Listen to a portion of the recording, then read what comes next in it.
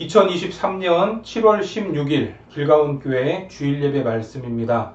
오늘 본문은 출애굽기 20장 17절입니다. 같이 봉독하겠습니다.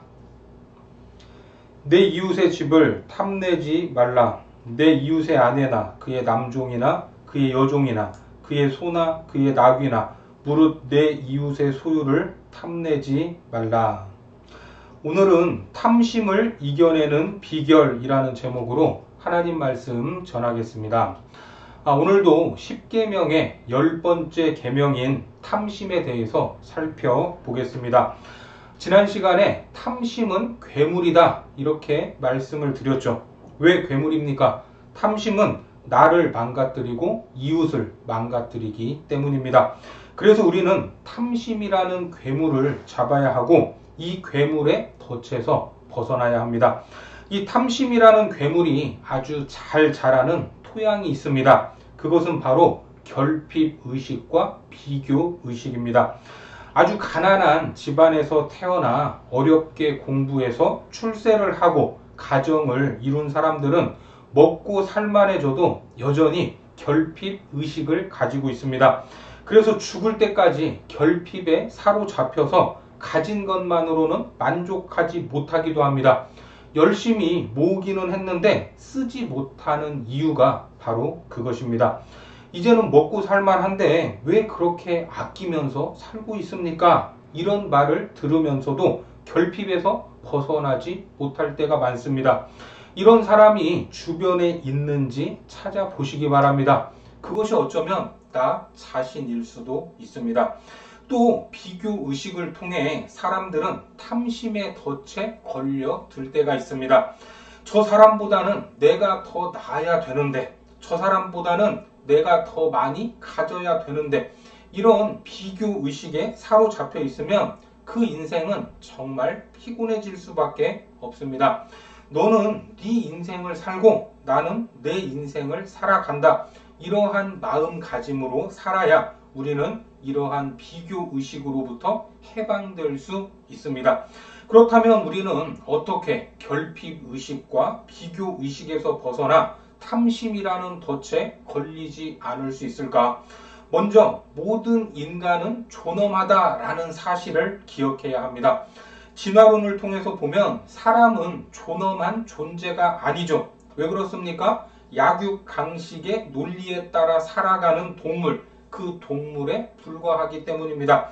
그래서 진화론에서는 사람을 사람이라고 하지 않고 고등동물이다 이렇게 정의하고 있습니다.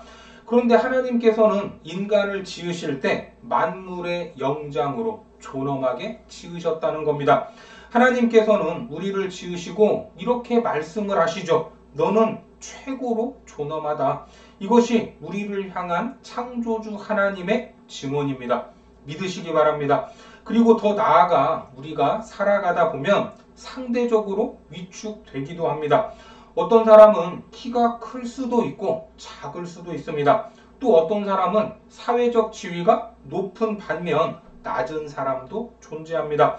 그렇다면 이러한 여러 가지 조건에 따라 존엄한 사람과 존엄하지 못한 사람으로 나눌 수 있습니까? 그렇지 않습니다. 왕이 백성 위에서 군림하던 왕정 시대에는 인간을 계급화하여 분류했습니다. 그래야만 통치하기가 쉬웠기 때문입니다. 그러던 중에 복음이 전해지고 성경을 통해 만민이 평등하다라는 사상이 싹트기 시작했습니다. 사람들은 네가 존엄하면 나도 존엄하다 이러한 생각을 가지기 시작했다는 말입니다. 어떤 사회적 지위나 재산의 유무에 따라서 인간의 존엄성이 결정되는 것이 아니라 그런 조건과 상관없이 모든 사람은 존엄하다라는 것입니다.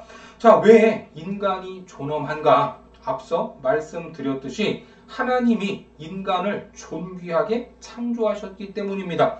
그래서 창조물들이 생김새가 각자 다르고 장애가 있거나 서로 비교되는 아픔이 있을 수도 있지만 하나님께서는 그것을 보며 너는 열등하다 이렇게 말씀하시지 않습니다. 너도 내 작품이다. 내 눈에는 보배롭고 존귀한 존재다. 이렇게 말씀하시는 겁니다. 하나님께서는 오늘도 이렇게 우리에게 말씀하고 계시다는 것을 믿으시기 바랍니다. 그렇기 때문에 우리는 키나 몸매나 같은 그러한 생김새를 가지고 서로를 비교할 필요가 없습니다. 또한 사회적 지위나 재산의 유무를 가지고도 비교할 이유가 없다는 것입니다. 그런데 이 세상의 임금인 마귀는 우리를 탐심으로 이끌어 가기 위해서 자꾸 비교의식과 결핍의식을 우리 안에 심어 놓습니다. 내 잔이 넘칩니다 라는 고백을 하나님 앞에 드리지 못하게 만든다라는 겁니다. 그렇기 때문에 마귀를 인생을 도둑질하는 도둑이다 이렇게 말하는 것입니다. 도둑이 오는 것, 그것은 도둑질하기 위해서입니다. 도둑이 무엇을 놓고 가는 것을 본 적이 있습니까? 사탄은 우리의 인생을 도둑질하기 위해 비교의식과 결핍의식을 심어 우리로 하여금 탐심의 덫에 걸리게 만든다는 겁니다. 이 덫에 걸리지 않기 위해서는 모든 인간은 존엄하다라는 이 사실을 기억해야 합니다. 이 사실을 놓쳐서는 안 됩니다. 높은 지위에 있어서 존엄한 것도 아니고 잘생겨서 존엄한 것도 아닙니다. 많이 가졌다고 해서 존엄한 것도 아니다라는 말입니다. 모든 인간은 하나님이 지으셨기 때문에 하나님의 형상으로 지으셨기 때문에 존엄하다 하는 것을 믿으시기 바랍니다. 그리고 다음으로 모든 인간은 시작점과 끝점이 동등하다라는 사실을 기억해야 합니다. 대통령도 재벌, 총수도 아주 가난한 노숙자도 그 인생의 시작과 끝은 동일합니다. 욥기에서는 우리가 알몸으로 와서 알몸으로 가는 존재다 이렇게 말하죠. 욥기 1장 21절을 보겠습니다. 이르되 내가 모태에서 알몸으로 나왔사온즉 또한 알몸이 그리로 돌아가올지라. 주시니도 여호와시요 거두시니도 여호와시오니 여호와의 이름이 찬송을 받으실지니이다 하고, 또 디모데 전서에서 바울은 우리가 세상에 아무것도 가지고 온 것이 없고 아무것도 가지고 가지 못한다 이렇게 말합니다. 디모데전서 6장 7절과 8절을 보니까 우리가 세상에 아무것도 가지고 온 것이 없음에 또한 아무것도 가지고 가지 못하리니 우리가 먹을 것과 입을 것이 있은즉 족한 줄로 알 것이니라. 이것이 사실입니다. 우리는 죽은 후에도 마치 뭔가 가지고 갈 수 있을 것처럼 살아가지만 이것 또한 사탄의 속임수입니다. 거짓의 아비가 속이는 것입니다. 더 가져야 된다. 그래야 너는 행복해질 수 있어. 이렇게 탐심의 덫에 걸리면 내 잔이 넘칩니다 라는 고백을 절대 할 수 없습니다. 우리의 행복, 오늘의 감사와 행복을 도둑맞게 된다는 것입니다. 앞서 말씀드렸듯이 결핍의식에 사로잡힌 사람들은 아무리 많이 있어도 결핍에 사로잡혀 있습니다. 그래서 얼마든지 자신을 위해서 돈을 쓸 수 있지만 절대 쓰지 못합니다. 나는 더 모아야 돼. 여기에 그 인생이 속으며 살아간다는 겁니다. 결국 돈 한 푼도 시원하게 써보지 못한 채 삶을 마감하게 됩니다. 이 이야기를 들으면서 여러분들이 제게 하고 싶은 이야기를 알 수 있습니다.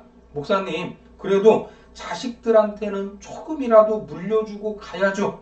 그런데 우리가 자녀들에게 돈을 물려주면 자녀들은 돈을 의지하고 재물을 주인 삼아 살게 될 가능성이 높습니다. 그러나 가난을 물려주면 힘겨운 인생을 살아가면서도 오히려 하나님을 바라보는 눈이 열릴 수 있다는 것입니다. 아니 목사님, 그래도 조금이라도 물려줘야죠. 여러분, 그렇게 해서 집 한 채라도 주면 자녀들이 우와, 우리 아버지가 고생해서 나에게 집 한 채를 물려주셨다, 너무 감사하다 라고 말하면서 살 것 같습니까? 저 사람은 집을 2채 받아버렸네 라며 나보다 더 많이 받은 사람을 보면서 열등감에 사로잡혀 살 수 있습니다. 우리가 자식에게 물려주어야 할 것, 그것은 오직 예수 그리스도다 라는 것을 기억하시기 바랍니다. 오직 하나님입니다. 이것이 정말 중요한 것입니다. 제가 본 기사 중에 안타깝기도 하고 우리가 좀 더 생각해 봐야 할 기사가 있어서 읽어 드리겠습니다. A씨의 아내는 임신과 동시에 휴직에 돌입했다. 첫 아이의 임신 소식에 양가의 어른들은 모두 기뻐하셨고 A씨 역시 가능하면 모든 것을 아내에게 맞추어 주려고 노력했다. 요즘 요리, 청소, 빨래까지 모두 퇴근한 A씨의 몫이다. 그런데 문제는 A씨의 어머니가 아내의 건강을 염려하여 이들의 신혼집에 다녀가면서부터였다. A씨의 어머니는 신혼 초 집들이 때 딱 한 번 다녀간 이후로 신혼집에 온 적이 없다. 그런데 A씨의 아내는 주위에서 안 좋은 이야기를 많이 들었는지 시부모님들이 오셔서 신혼집에서 자고 가는 것이 싫다며 남편에게 중간에서 역할을 똑바로 하라 하는 말을 자주 했다. 아내는 연락도 없이 찾아오는 것도 살림에 대해 간섭하는 것도 용납할 수 없다라고 말했다. 그런데 최근에 A씨의 어머니가 밤새 곰국을 끓여 며느리에게 주기 위해 시외버스를 타고 신혼집에 오셨다. 어머니는 아들 내외에게 미리 연락하려고 했지만 시골집에 휴대폰을 두고 온 상태였다.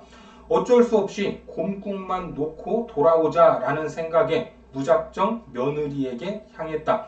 그날 A씨는 아내에게 신경질적인 전화를 받았다. 아내는 다짜고짜 이런 일 없게 해달라고 하지 않았느냐며 화를 냈다. 자초지종을 들어보니 아내가 컨디션이 좋지 않아 씻지도 않고 누워 있었는데 밖에서 벨소리가 나서 확인해 보니 어머니였다고 했다. 그러면서 아내는 아무리 어머니라도 연락도 없이 찾아온 것은 예의가 아니라면서 화를 냈다. A씨는 우선 아내를 진정시키고 어머니를 바꿔달라고 했다. 어머니와 통화하면서 연락 없이 무작정 오신 건 잘못하신 거다라고 쓴소리를 하려고 했던 것이다. 그러나 아내는 어머니는 지금 안 계신다며 이런 일을 한두 번 넘어가면 계속 반복될 것 같아서 문을 아예 안 열어드렸다고 말했다. A씨는 즉시 어머니의 핸드폰으로 전화를 했으나 시골집에 있는 아버지가 받으셨다. 아버지는 어머니가 며느리를 생각해서 곰국을 끓여 신혼집으로 올라갔다고 말씀하셨다. A씨는 마음이 너무 아팠다. 그런데 몇 분 뒤에 회사 입구에 있는 안내 데스크에서 가족이 방문했다는 연락이 왔다. 내려가 보니 핑크색 보자기 2개를 들고 어머니가 우두커니 서 계셨다. 핸드폰은 없었지만 A씨가 준 명함이 있어 회사로 찾아왔던 것이었다. A씨는 모르는 채 하며 무슨 일이시냐라고 물었지만 어머니는 곰국만 주시고는 아무 말도 없이 시골집으로 내려가셨다. 퇴근 후 집에 가보니 아내는 아내대로 화가 나 있었다. 아내는 아무리 아들 집이라도 연락도 없이 불쑥 찾아오는 건 받아들일 수 없다면서 좀처럼 흥분을 가라앉히지 못했다. A씨는 아내가 임신 중이라 예민하다는 것을 이해하고 갑작스레 방문하신 어머니가 불쾌했을 수도 있다라고 이해를 하지만 4시간이 넘는 거리를 올라오신 어르신에게 따뜻한 차 한 잔 대접하는 것이 며느리로서 예의가 아니었을까? 차라리 나중에 자신에게 화풀이를 했다면 얼마나 좋았을까 하며 낙담했다. 그러면서 아내의 배는 계속 불러오는데 이혼하고 싶어 미치겠다며 저런 아내가 내 아이의 어머니로서 아이를 양육하는 것이 끔찍하다고 했다. 이 글을 본 네티즌들은 A씨의 행동을 두고 아내가 너무 심했다. 전형적인 임신 유세다. 사람을 앞에 두고 무시하는 사람과 평생 살 것을 생각하면 앞이 까마득하다. 며느리에게 문전박대 당하고 아들 회사까지 찾아간 어머니의 심정을 생각하면 마음이 미어진다. 아무리 시댁 식구가 불편하다고 하지만 버스 타고 멀리서부터 오신 분에게 차 한 잔 정도 대접해 드리는 것이 인지상정이 아닌가. 모르는 사람도 그렇게 문전박대는 안 하겠다라고 지적하며 분노했다는 내용입니다. 여러분들은 어떻게 생각을 하십니까? 사실 이 기사에 나오는 며느리, 아들, 그리고 어머니 모두를 다 이해할 수 있습니다. 그런데 오늘 말씀드리고자 하는 것은 자녀가 결혼하여 부부로서 한 몸을 이루는 순간 자녀는 남이 된다라는 것을 꼭 기억하셔야 합니다. 그 탯줄을 자르지 못하면 시어머니의 입장에서는 이런 봉변을 당하게 됩니다. 자녀를 키워서 결혼시키기까지 부모가 많은 고생을 한다는 것은 말하지 않아도 다 아는 사실입니다. 그러니까 결혼시킨 후에도 자식들에게 붙잡혀 사서 고생할 필요가 없다는 겁니다. 자식들에게 한 푼이라도 더 물려주고 싶어서 애쓰는 부모들, 부모의 그 애절한 마음을 모르는 것은 아니지만 인생은 마음대로 사는 것이 아니라 성경대로 살아야 맞습니다. 우리가 자녀에게 물려줘야 할 것은 재물이 아니라 하나님입니다. 많은 재물을 물려주면 자녀들이 하나님을 바라보는 눈이 사라질 수밖에 없습니다. 마지막으로 모든 처지에는 양면이 있다라는 사실을 알아야 합니다. 특히 양면 중에서 부정적인 면은 두고 긍정적인 면을 즐길 줄 알아야 합니다. SBS에서 방영했던 힐링 캠프라는 프로그램에 이지선 자매가 출연했던 적이 있습니다. 이지선 자매는 교통사고로 인한 화재 때문에 죽음 직전에 구출되었습니다. 그런데 너무 심각한 화상으로 인해 여러 차례 대수술을 받았고 큰 후유증을 겪어야만 했습니다. 진행자들과 이지선 자매가 대화를 이어가다가 진행자 중 한 명인 개그맨 이경규 씨가 마지막으로 질문을 했습니다. 이지선 양, 이 볼펜을 잡는 순간 사고가 나기 전으로 돌아갈 수 있다면 이것을 잡으시겠습니까? 저는 그때 자매가 볼펜을 잡을 줄 알았습니다. 그러나 이지선 자매의 대답은 전혀 뜻밖이었습니다. 잡지 않겠습니다. 왜냐하면 교통사고 이후로 하나님께서 저에게 베풀어 주신 은혜가 너무 크고 소중하기 때문입니다. 그렇습니다.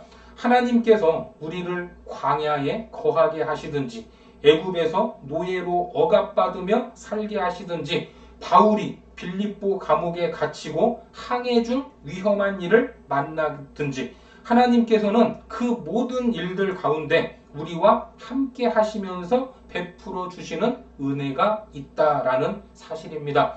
그 은혜가 너무나 큽니다. 고난의 강도가 셀수록 우리로 하여금 견디고 이기게 하시는 은혜의 강도도 크다 하는 것을 믿으시기 바랍니다. 우리가 이 사실을 놓쳐서는 안 됩니다. 구광본 시인의 시 중에 이런 아름다운 시가 있습니다. 오래 흔들렸으므로 너는 아름답다. 오래 서러웠으므로 너는 아름답다. 아래 시절을 기억하지 못하는 새, 얽히고 설킨 뿌리를 몰라도 오래 목말랐으므로 너는 아름답다. 저도 돌아보면 사역 초기에 전세금을 떼이고 어렵게 신학대학원을 다녔던 그런 시절이 있었습니다. 전도사 사례비로는 참으로 궁핍한 처지였지만 그 순간에도 주님의 은혜가 있었고 공급하심이 있었기 때문에 살 수 있었던 겁니다. 지금도 마찬가지입니다. 개척교회 목사 중에 힘들지 않은 분이 어디 있겠습니까? 하지만 언제나 주님, 내 잔이 넘치나이다. 내가 부족함이 없으리로다 라고 고백하며 천국을 살아갈 수 있는 힘, 그 은혜를 주고 계십니다.